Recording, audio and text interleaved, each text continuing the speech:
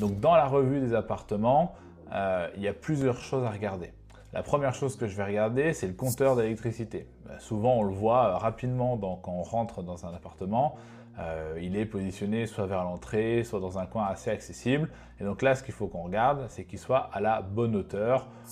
On dit souvent 1,50 m, 1,80 m grand max, mais il faudrait vraiment que ça arrive à 1,50 m qui soit on va dire, utilisable par tout le monde. Souvent, à l'époque, ils étaient en hauteur, collés au plafond, et là, c'était le cas. Donc, il va falloir retoucher un peu tout ça.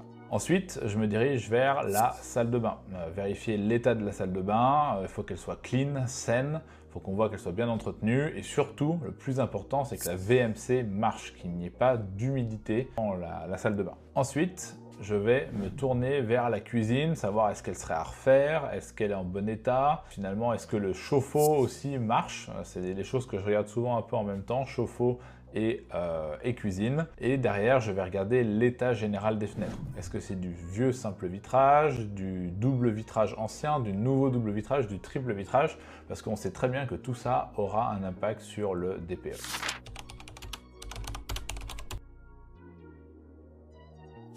Une fois que les apparts sont regardés, et dans le cas présent, les deux étaient nickel au niveau de la VMC,